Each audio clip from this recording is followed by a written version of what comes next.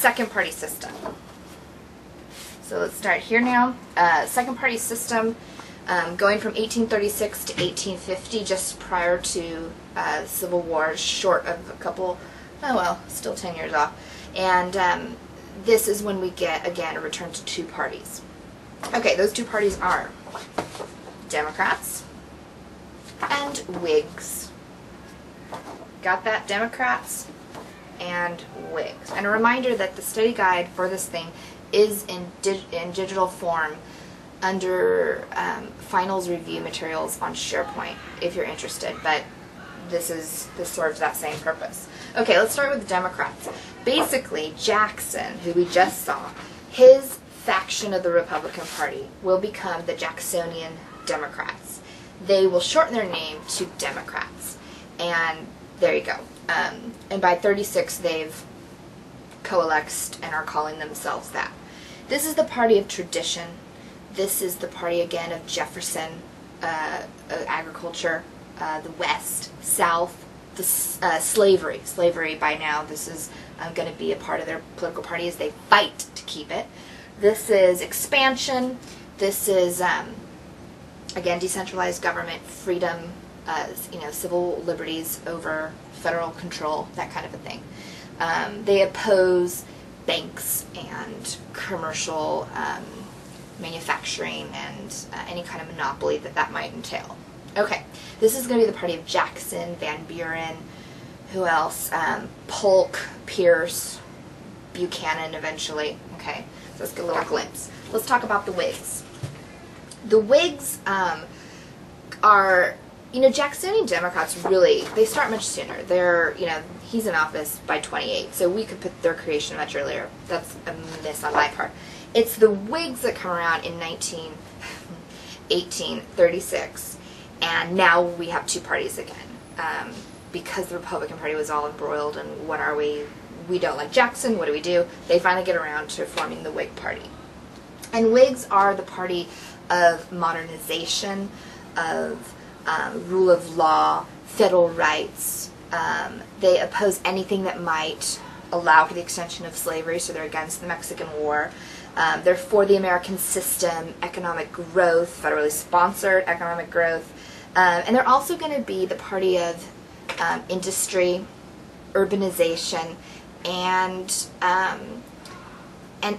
also reform, abolition, temperance, women's rights, even to a degree. The Whigs allow women to work on their campaign trail, education.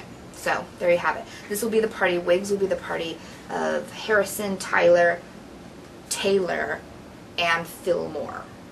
All sort of lost presidents, if you will. So the Whig Party, while established, never has a real presidential legacy behind its name. Let's move on to third parties that arose mid-century-ish to challenge the status quo. These are a couple of them. Liberty Party will be the party of abolitionists. Free Soil Party will oppose the extension of slavery. They'll be in favor of white labor. And then the American Party, or the Know Nothing Party, and you know them well, Gangs of New York, nativists, anti-immigration, of course.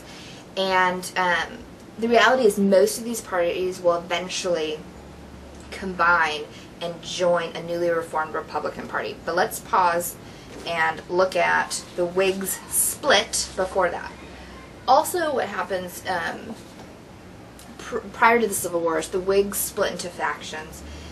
They're unsuccessful after the split to have a presidential win.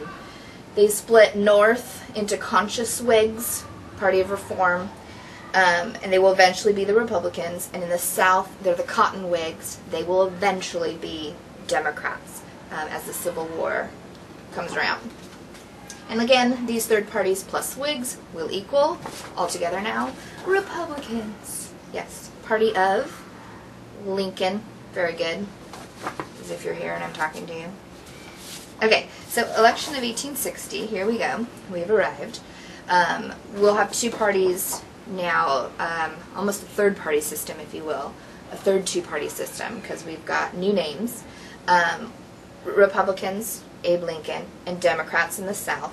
But ironically, or I don't know how that's ironic, but there is a split as well for the Democrats. And in the North, they've got Stephen Douglas, in the South, Breckinridge.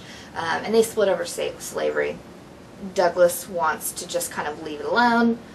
John Breckinridge wants to go for the more moral, ethical, legal, constitutional right to own other human beings.